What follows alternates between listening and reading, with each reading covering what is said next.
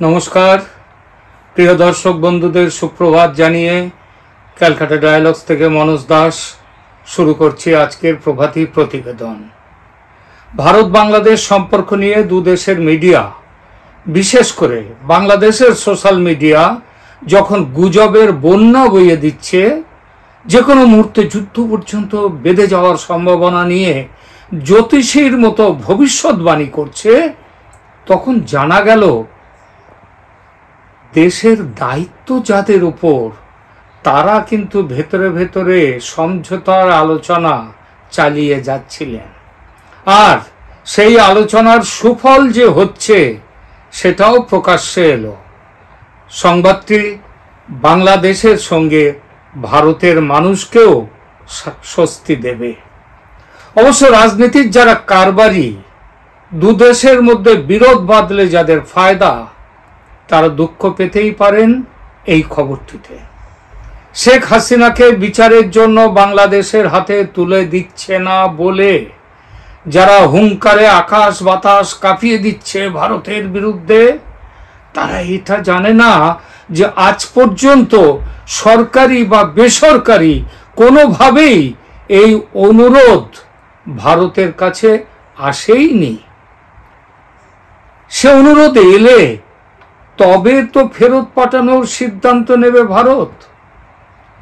আপনারা লিখে নিতে পারেন, অদূর ভবিষ্যতে কিংবা সুদূর ভবিষ্যতে এই অনুরোধ ভারতকে করবেই না বাংলাদেশ।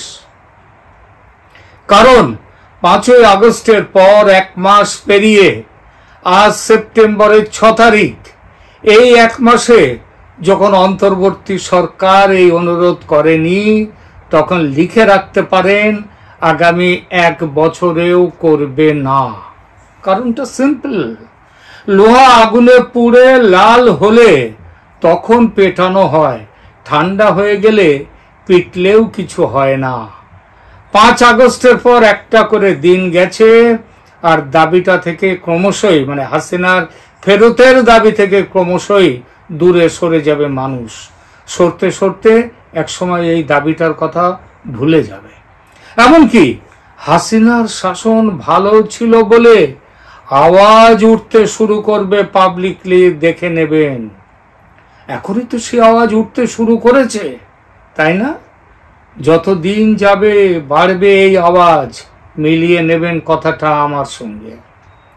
যেটা বলতে এসব কথার অবতারণা করলাম, এবার আসি সেই প্রসঙ্গে। বাংলাদেশ খাদ্য উৎপাদনে স্বয়ংভর নয়, এটা আপনারা জানেন যে বিদেশ থেকে খাদ্য আমদানি করতে হয় তাদের। খাদ্য আমদানি, সেই খাদ্য আমদানিতে পৃথিবীর সব দেশের মধ্যে বাংলাদেশের স্থান 3 নম্বরে। সব থেকে বেশি খাদ্য উৎপাদন করে চীন, 2 নম্বরে ফিলিপিন্স এবং 3 নম্বরে বাংলাদেশ। এই আমদানি তারা করে মুখ্যত ভারত থেকে। কেননা ভারত থেকে নিলে পরিবহন খরচ খুব কম পড়ে। এই কারণে ভারত থেকে তাদের খাদ্যদ্রব্য আমদানির পরিমাণ ক্রমশই বেড়ে চলেছে। চলতি বছরের, মানে এবছরেরই জানুয়ারি মাসে খাদ্য আমদানির জন্য বাংলাদেশের শেখ হাসিনা সরকার এক সমঝোতা করেছিল ভারতের সঙ্গে। এই সমঝোতা অনুসারে চাল ও গম মিলিয়ে 45 লক্ষ টন খাদ্য ভারত থেকে নেওয়া ঠিক হয়। এর মধ্যে 18 লক্ষ টন ছিল চাল আর 27 লক্ষ টন ছিল গম। 18 লক্ষ টন চালের 8 লক্ষ টন কিনবে বাংলাদেশ সরকার সরাসরি, আর বাকি 10 লক্ষ টন কিনবে, সেটা কিনে বাংলাদেশে যাবে সে দেশের ব্যবসায়ীদের মারফত। একইভাবে 7 লক্ষ টন গম কিনবে সরকার সরাসরি, আর বাকি 20 লক্ষ টন কিনবে বাংলাদেশের প্রাইভেট সেক্টর। চাল গম ছাড়া আলু, পেঁয়াজ, আদা, চিনি এসব এছাড়াও আরো বেশ কিছু খাদ্যদ্রব্য বেশ ভালো পরিমাণেই ভারত থেকে আমদানি করতে হয় বাংলাদেশকে। বিশেষ করে পেঁয়াজ এবং চিনি এই দুটি দ্রব্যের জন্য বাংলাদেশ ভারতের ওপর খুবই নির্ভরশীল। সাম্প্রতিক গোলযোগের পর গত 4 আগস্ট থেকে ভারত বাংলাদেশের বাণিজ্য বন্ধ হয়ে যায়। গত 8ই আগস্ট থেকে ভারত এবং বাংলাদেশের বাণিজ্য বন্ধ হয়ে যায়। এর ফলে কোনো খাদ্যদ্রব্য যাচ্ছিল না বাংলাদেশে। একদিকে আমদানি নেই, তার উপর বন্যার মার, দুয়ে মিলে খাদ্যদ্রব্যের দাম ক্রমেই চড়ছিল বাংলাদেশে। মুদ্রাস্ফীতি পৌঁছে গিয়েছে 12% উপর। অবস্থা সামাল দিতে গত পরশু বাংলাদেশ সরকার বেশ কিছু খাদ্যদ্রব্যের উপর আমদানি শুল্ক কমিয়ে অবস্থা সামাল দিতে চাইছেন। গত সোমবার বাংলাদেশ জাতীয় রাজস্ব বোর্ড আলু ও পেঁয়াজের উপর থেকে আমদানি শুল্ক কম করার সিদ্ধান্ত নিয়েছে। এ বিষয়ে প্রজ্ঞাপন সেটাও বেরিয়ে গেছে। চিনি ও ডিমের উপর থেকেও শুল্ক কম করা হচ্ছে। কয়েকদিন আগে পেট্রোল ও ডিজেলের উপরও দাম কমানো হয়েছে বাংলাদেশে। কিন্তু আমদানি যদি না হয় তাহলে শুল্ক কমিয়ে লাভটা কি? চাহিদার তুলনায় যোগান কম হলে জিনিসের দাম বাড়তেই থাকবে, কমবে না, এটা সাধারণ সূত্র। আর আমদানি যখন প্রায় বন্ধ ভারত থেকে, তখন তো দাম বাড়বেই। বাংলাদেশের অতিরিক্ত দেশপ্রেমীরা ভারতের জিনিস বয়কট করো বলে এমন চিৎকার জুড়ে দিয়েছিল যে থমকে গিয়েছিল বাণিজ্য। কি হবে এবার বলে যখন ভাবছে সবাই, তখন দেশের কর্তারা কিন্তু বাইরে যে গ্যালারি শোই দিন না কেন, ভেতরে ভেতরে বার্তা চালু রেখেছিলেন ভারতের সঙ্গে। সেটা বোঝা গেল কিভাবে? কারণ জট কাটলো ভারত ও বাংলাদেশের মধ্যে বাণিজ্যের। গতকাল বৃহস্পতিবার থেকে দুদেশের মধ্যে পণ্য আমদানি ও রপ্তানি চালু হয়েছে।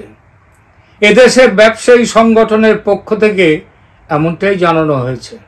বাংলাদেশে ইন্টারনেট পরিষেবা কিছুটা চালু হওয়ায় বাণিজ্যের জন্য গাড়ির পাস দেওয়ার কাজও শুরু হয়েছে।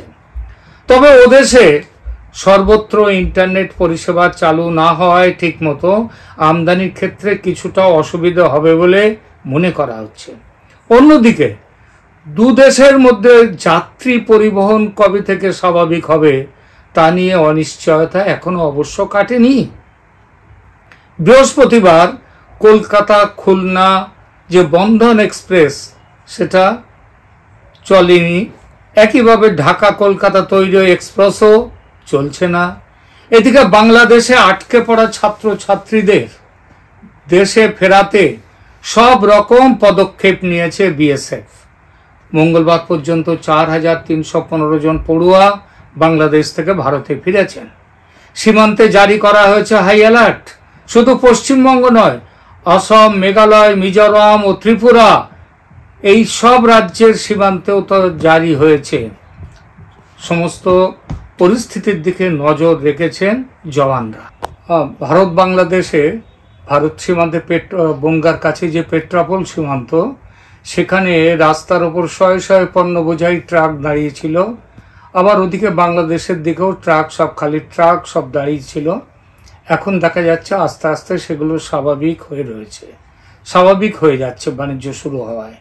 পেট্রাপোল ক্লিয়ারিং এজেন্ট অ্যাসোসিয়েশনের যিনি সম্পাদক, তিনি জানিয়েছেন বাংলাদেশের সঙ্গে আবার এই যে শুরু হয়েছে, এটাতে অনেকটাই স্বাভাবিক হয়ে এসেছে আমাদের এখানে পরিস্থিতি। বিএসএফ জানিয়েছে যে যারা ভারতে ফিরেছে তাদের মধ্যে বেশিরভাগই ভারতীয়, এছাড়া কিছু নেপালি, ভুটানি, মালদ্বীপের 2 জন, কানাডার 1 জন এবং বাংলাদেশেরও কিছু ছাত্রছাত্রী রয়েছে তার মধ্যে। তাহলে দাঁড়ালো কি শেষ পর্যন্ত দুদেশের বাণিজ্য সম্পর্ক দ্রুত স্বাভাবিক হচ্ছে। বাংলাদেশের সরকার শেখ হাসিনাকে ফেরত চাইছে না। এবার যেসব পিনাকধারীদের ভারতের নাম শুনলে ব্লাড প্রেশার ধাঁ করে উপরে উঠে যায়, তাদের কি রণে ক্ষান্ত দিয়ে একটু শান্ত হয়ে বসার সময় এসেছে? শেষ করব, তবে তার আগে সর্বকালের সর্বশ্রেষ্ঠ বাঙালি নামের যে সমীক্ষাটি আমাদের চ্যানেল শুরু করেছে সেই বিষয়ে দুটি কথা। গত দুদিন ধরে প্রচুর মানুষ আমাদের সমীক্ষায় সাড়া দিয়েছেন। আপনি যদি এখনো আপনার তালিকা না পাঠিয়ে থাকেন তবে এখনই পাঠিয়ে দিন। সহজ নিয়ম, পছন্দের ক্রম অনুসারে 5 জন শ্রেষ্ঠ বাঙালির নাম লিখুন আমাদের কমেন্ট সেকশনে এবং সেটা আমাদের কাছে পাঠিয়ে দিন। এই সঙ্গে সাবস্ক্রাইব করে দিন ক্যালকাটা ডায়ালগস নামে আমাদের এই চ্যানেলটিকে। আজ আপাতত এই পর্যন্ত। ভালো থাকবেন সবাই। Have a good day. ধন্যবাদ।